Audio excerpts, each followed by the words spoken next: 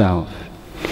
But if we take a scientific theory as being the explanation which most adequately covers all the information on a subject that you have, then the assumption can be, given this body of facts, there is one kind of theory that explains it adequately or the best, and that's the sort of accepted theory. But in many cases, you find that there are competing theories.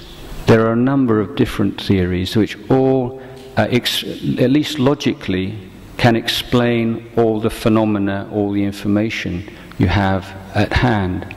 So the really fascinating question is, who decides and on what grounds to decide, well, this is the theory that's accepted and this is considered to be unscientific or, you know, beyond the pale? And what we find is, over the last 200-300 years, that the criteria which decides what is scientific and what is not scientific are often the values of the culture, the prevailing religion, the values of the people in power in a particular society. So in other words, non-scientific criteria are deciding what is and is not scientific.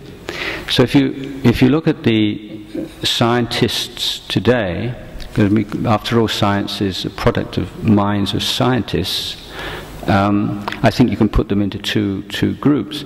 One group are those people that believe in God, some kind of a God, Christian God, Muslim God, or whatever. And then you have atheists, who are generally materialists. So it's like after you're dead, that's the end of everything. Now, if you have a scientific theory which offends all the atheists, you might sort of look at the evolution and say that Darwin's theory doesn't explain goodness or altruism, or there's something there which can't be explained mechanically. It suggests that there's some kind of a God or something behind evolution. Then all the materialist scientists are not going to be very happy with that. They're going to think it's rubbish. But you'll have the theists, all the scientists who believe in God, will say, well, yeah, that's really interesting. Similarly, if you have a theory which pleases the materialists, but the people who believe in God don't like very much, it's sort of like the evolutionary psychology these days goes in, kind of all kinds of noble traits are explained in terms of the selfish gene or of the needs of prehistoric people being translated in into present day formations and so on.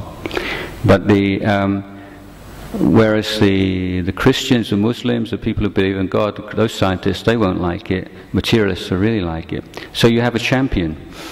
But so the question is, what about rebirth? You know, why is that, you know, so considered, oh, that's not scientific? I would say it's because it offends both main power groups in the scientific community. People who believe in God don't want to accept it. It doesn't agree with their religious books. And the materialists can't accept it either. So it has no powerful group within the scientific community which will stand up for it. So I would say, given the supporting evidence for it, which is very weighty, and I would say it's more convincing than the logical underpinning of a number of scientific theories generally accepted today. But it just doesn't have the backing, doesn't have the power behind it. So that's a few thoughts on rebirth.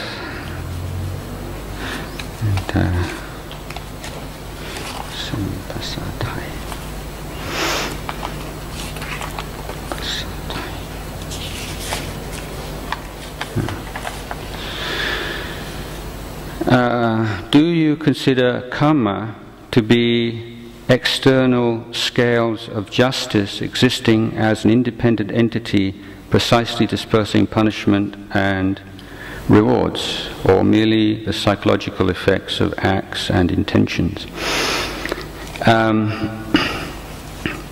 Well, karma is intention. So there's not a external independent entity, or sort of like some form of a deity or a god of justice, and weighing up the scales. And this process, this karmic process, is incredibly complex, to the extent that the Buddha says only a fully enlightened Buddha can fully understand it. The analogy I would like to make is, if you compare our life to a river, and you conceive of, let's say, a factory on the banks of the river releasing acid waste into the river. Now, assuming that water is pure, then the addition of acid waste will have an effect of lowering the pH-D value of the water. The water becomes acidic. But let's say a bit further down the river, there's another factory releasing alkaline effluent into the river. Now, if that river was pure, then you would say, well, the pH-D level would rise significantly. But if the water is already acidic, then the effect will maybe somewhat unexpected. Or let's say you have some particular kind of weed that, or being or fish or something that lives in the water, and it can only survive as long as you have a pH-D level which doesn't drop below a certain level. I can't remember pH-D levels, let's say 3 or 4 or something. So you have one factory releasing acid into the water, and it doesn't reduce the pH-D level enough to kill off the fish. But another factory further down might reduce far less acid into the water compared with the first one, but because it just tips over that danger level, all the fish might die, you see.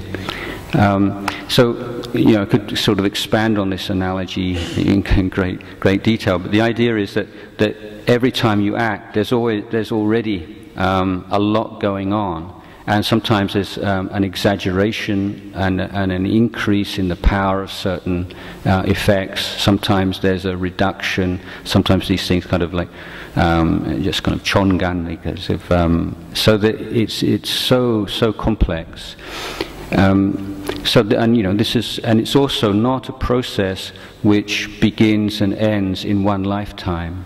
It goes on over many lifetimes, and so in this lifetime, when we're born, we're already carrying with us the results of actions and intentions in past lives. We're called like old karma, and we're constantly creating new karma.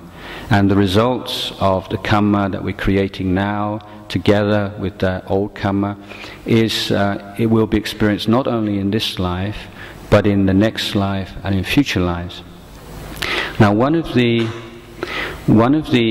effects of Dhamma practice, the Buddha says, is that certain karma that we have created, perhaps in past lives, perhaps in this future life, which would otherwise lead us to be born in a lower realm.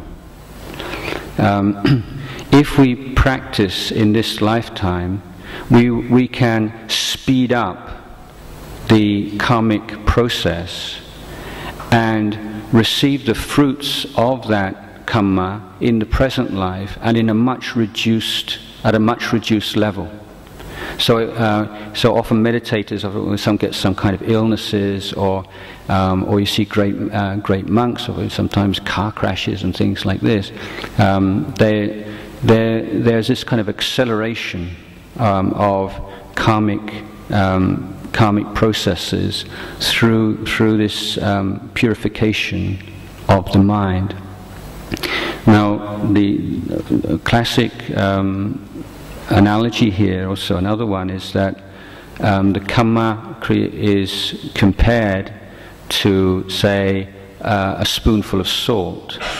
Now if you tip that spoonful of salt into a glass of water, then the whole taste of the water has changed. Now it's salty water.